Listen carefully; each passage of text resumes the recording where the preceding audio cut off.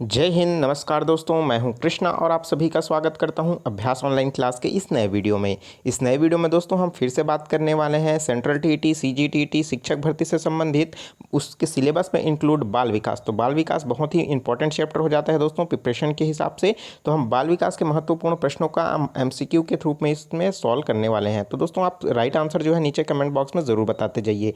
इस video series का दोस्तों ये 10वां नंबर का पार्ट है। अगर आप अन्य पार्ट नहीं देखे हो तो प्लेलिस्ट मैंने सजो करके रखा है, आप उसको ज़रूर देख लीजिएगा। अगर नीचे मैंने डिस्क्रिप्शन में भी लिंक दे रखा है, वहाँ से आप ज़रूर उसको देख सकेंगे। PDF डाउनलोड करने के लिए दोस्तों आप मेरे टेलीग्राम चैनल अभ्यास ऑनलाइन क्लास में ज्वाइन हो जाइए और www.abhyasgk.com विजिट करके भी आप अच्छे पोस्ट उसमें पढ़ सकते हैं। तो चलिए चलते हैं और स्टार्ट करते हैं दोस्तों हमारा MCQ का क्वेश्चन।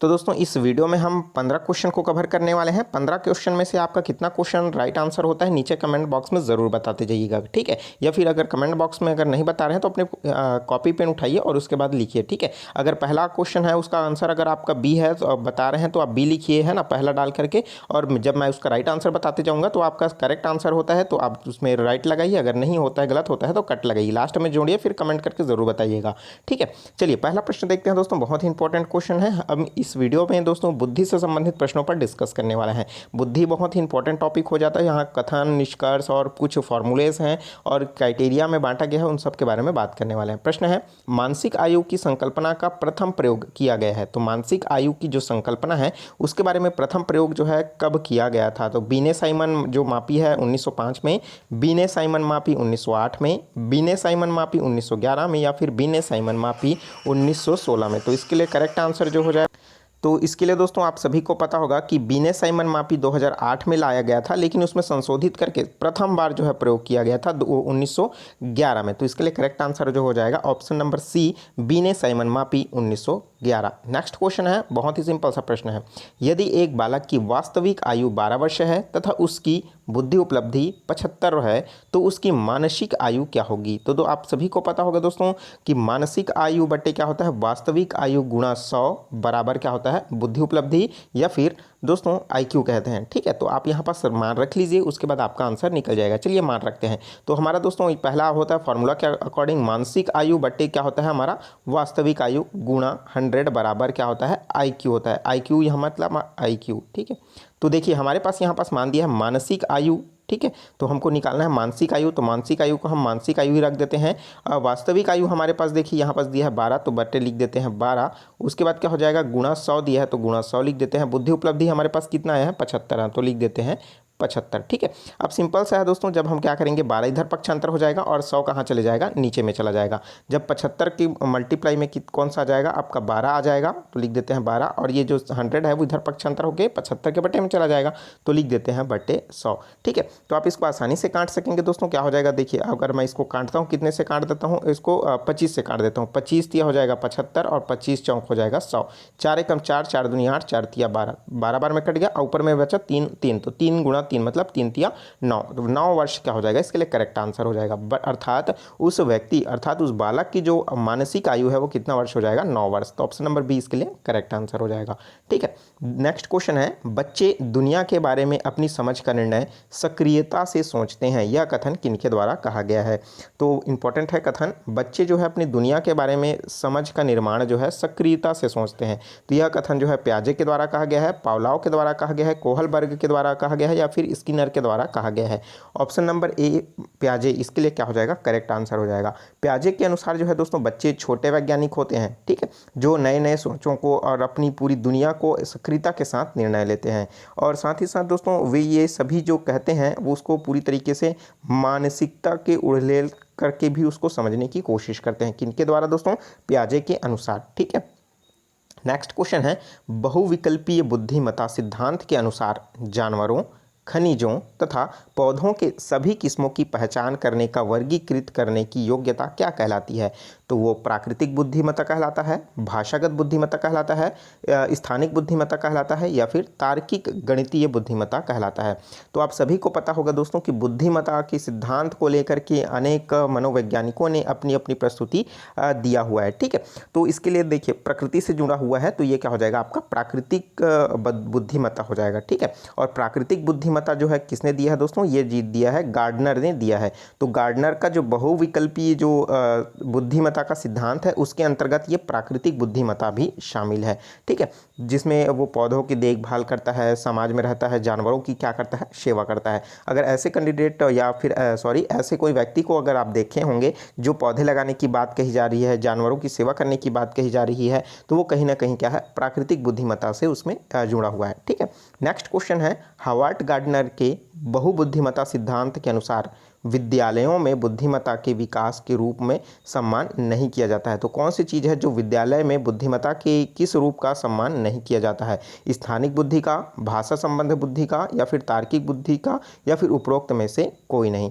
तो आप सभी को पता है बहुबुद्धि का सिद्धांत जो है दोस्तों उपरोक्त में से इसमें से कोई नहीं जो है करेक्ट आंसर हो जाएगा। ठीक है, अब ये किस तरीके से हो जाएगा दोस्तों कि जो है गार्डनर ने तो 1983 में अपना बहुबुद्धि का सिद्धांत दिया था। ठीक है, और कहीं ना कहीं दोस्तों ये जो है एक उनके अनुसार जो है बुद्धि एक ना होकर के क्या है बहु प्रकार का होता है। मतलब वो स्थानिक भी हो सकता है, भाषा संबंधी भी हो सकता है, तार्किक भी हो सकता है। मतलब बच्चा स्थान के अनुसार अपना दिमाग लगाएगा, दूसरा है भाषा संबंध के अनुसार कन्वर्सेशन में भी अपना दिमाग लगाएगा, अपना तर्क भी लगाएगा, है ना। तो इसलिए क्या हो जाएगा उपरोक्त में से कोई नहीं। ठीक है, या फिर उपरोक्त सभी दिया रहता तो यहाँ पास करेक्ट आंसर होता। नेक्स्ट है दोस्तों, यदि एक बच्चे की कालानुक्रमिक आयु जो है 60 माह है और उसकी मानसिक आयु जो है दोस्तों 66 माह है, उसका IQ क्या होगा। ठीक है, तो ये भी बहुत ही सिंपल सा प्रश्न है, इसको भी आप आसानी से सॉल्व कर सकेंगे। तो दोस्तों आप इसको किस तरीके से सॉल्व कर पाएंगे, तो सबसे पहले आप देखिए इसको मानसिक आयु, मतलब देखिए यहाँ पास क्या है, पहला तो मानसिक आयु दिया है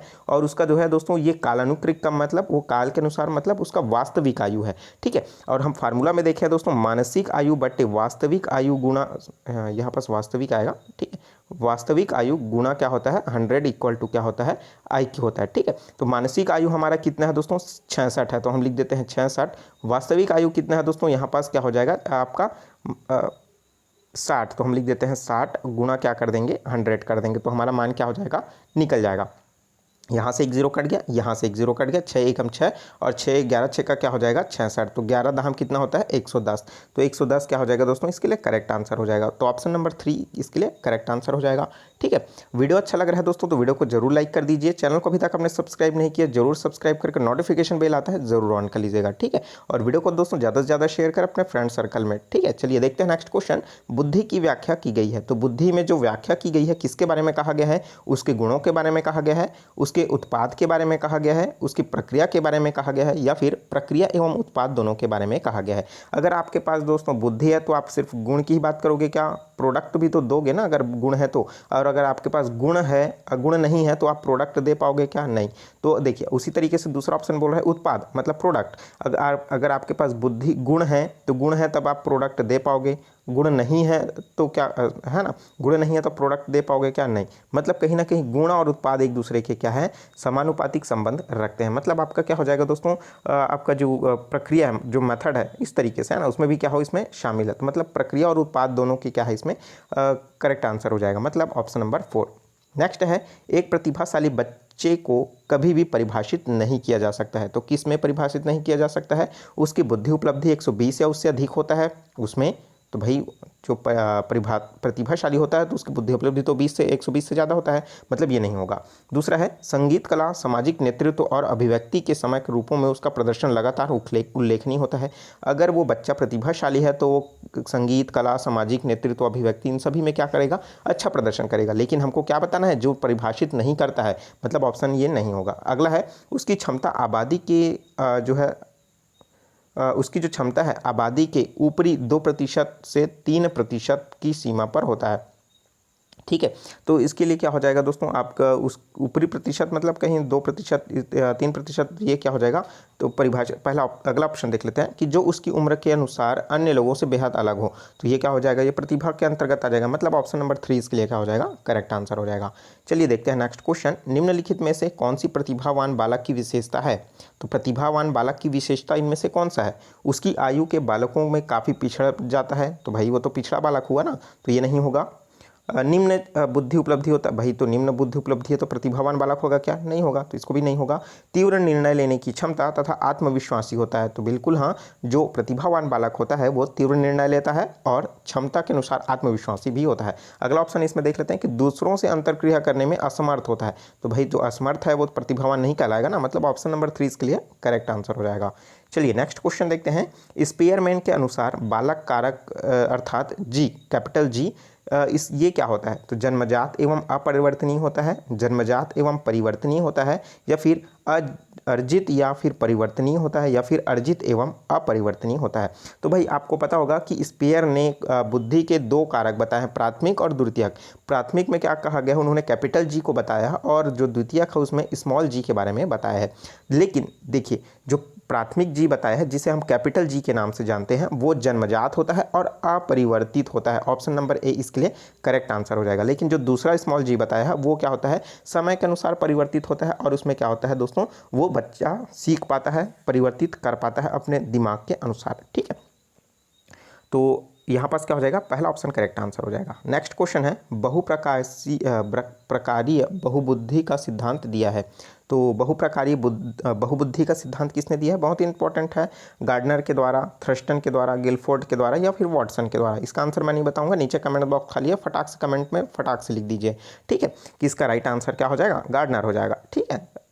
तो चलिए देखते हैं दोस्तों नेक्स्ट क्वेश्चन, बुद्धि उपलब्धि और शैक्षिक निष्पादन के बीच क्या संबंध है। तो मेरे पास क्या है, बुद्धि है और तो है ना, आप प्रश्न को समझिए फिर आसानी से बन जाएगा। देखिए आपके पास बुद्धि उपलब्धि है मतलब आपका पास आईक्यू है, बहुत अच्छा है। दूसरा है शैक्षिक, मतलब उसका रिजल्ट क्या होगा शिक्षा के स्तर पर, ठीक है। तो आप दोनों को सोचना है, उस पर निष्पादन करके उसमें संबंध बताना है। तो देखिए पहला तो है गहरा संबंध, सीधा संबंध, समानुपाती संबंध, उपरोक्त सभी। तो देखिए पहला शब्द बुद्धि उपलब्धि अगर मेरे पास अच्छा है तो मेरा शैक्षिक स्तर भी क्या हो जाएगा, अच्छा रहेगा। बुद्धि उपलब्धि मेरा क्या है, कम है, तो मेरा शैक्षिक स्तर भी क्या होगा, कम होगा। इसको अच्छे समझ सकते हैं, मतलब एक दूसरे से भी क्या है, गहरा संबंध भी है, डायरेक्ट संबंध भी है और समानुपातिक संबंध भी है। आपने फिजिक्स में कहीं भी देखा होगा तो समानुपातिक में क्या होता है, एक का मान बढ़ाओगे तो दूसरा भी बढ़ता है, दूसरे का कम करोगे तो पहला का मान भी क्या होता है, कम होता है। मतलब बुद्धि उपलब्धि को कम करोगे तो आपका शैक्षिक जो रिजल्ट है वो भी कम होगा, बुद्धि उपलब्धि को बढ़ाओगे तो शैक्षिक भी क्या होगा, बढ़ेगा। इसलिए उपरोक्त तो सभी इसके लिए क्या हो जाएगा, करेक्ट आंसर हो जाएगा। नेक्स्ट क्वेश्चन है, लोगों का बहुभाग औसत है, कुछ अधिक बुद्धिमान है और कुछ बहुत मंद बुद्धि है। इस कथन का स्थापित सिद्धांत कौन से पर आधारित है। तो बुद्धिमत्ता का वितरण, बुद्धिमत्ता का विकास, बुद्धिमत्ता तथा लिंग विभिन्नता, या फिर बुद्धिमत्ता तथा प्रजाति विभिन्नता। तो यहाँ पास आप देख सकेंगे कि बहुत सारी चीज़ें क्या है इसमें इंक्लूड है, कोई बुद्धिमान भी है, कोई मंद बुद्धि है, कोई औसत व्यक्ति है। तो यहाँ पास क्या हो जाएगा, आप इसके लिए करेक्ट आंसर जो है बुद्धिमत्ता का वितरण सभी में क्या है, अलग अलग बताया गया है। अगर विकास की बात करेंगे तो सब में भाई धीरे धीरे क्या होता है, विकास होता है। लिंग की बात करें तो जिसमें क्या है, पुरुष हैं, महिला हैं, कहा जाता है कि महिलाओं में मतलब जो बालिकाएं होती है उसमें भी जो ब्रेन होता है, मतलब दिमाग जो है लड़कों की तुलना में हल्का सा धीरे धीरे काम करता है ना। तो ऐसा कथाकथित बात है।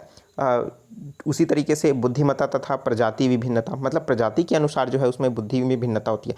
तो इसमें जो कथन कहा गया है दोस्तों वो क्या हो जाएगा, तो यहाँ पास क्या हो जाएगा, इसका पहला ऑप्शन जो है करेक्ट आंसर हो जाएगा, बुद्धिमत्ता का वितरण। नेक्स्ट क्वेश्चन है, एक शिक्षिका अपने विद्यार्थियों की विभिन्न अधिगम शैलियों को संतुष्ट करने के लिए वैविध्यपूर्ण कार्यों का उपयोग करता है।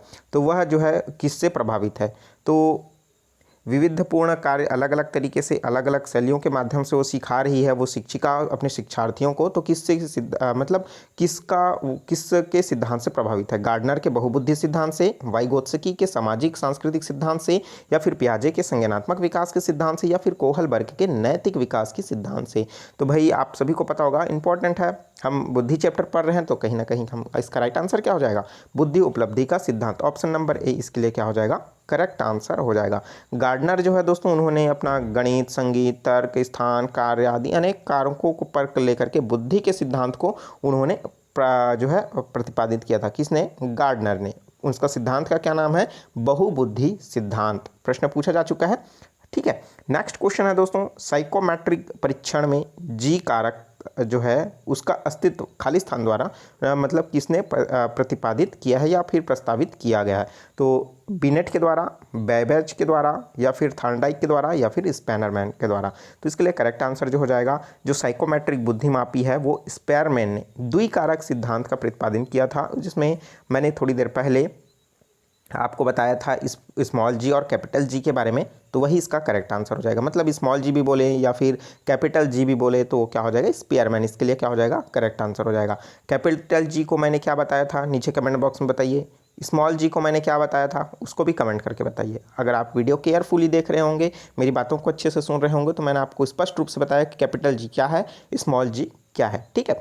नेक्स्ट क्वेश्चन है आपके लिए, आप मुझे बताइएगा नीचे कमेंट बॉक्स में, ठीक है, कि बुद्धि तार्किक चिंतन है। बुद्धि की यह परिभाषा किसने दी है। तो भाई बुद्धि एक तार्किक चिंतन है, बुद्धि की यह परिभाषा किसने दी है, स्टर ने दिया है, टर्मन ने दिया है, स्पेयरमैन ने दिया है, या फिर बिनेट ने दिया है। तो इसके लिए करेक्ट आंसर जो है दोस्तों कमेंट बॉक्स में ज़रूर बताइएगा। वीडियो अच्छा लगा हो दोस्तों तो वीडियो को जरूर लाइक कर दीजिए। चैनल को अभी तक आपने सब्सक्राइब नहीं किया, जरूर सब्सक्राइब करके नोटिफिकेशन बेल आता है ज़रूर ऑन कर लीजिए, ठीक है। कोई भी सवाल है, कोई भी डाउट है तो नीचे कमेंट बॉक्स खाली है, बिल्कुल आप पूछ सकते हैं, ठीक है। चलिए मिलते हैं नए वीडियो में नए जानकारी के साथ। तो मुझे दीजिए इजाज़त, take care, all the best, जय हिंद।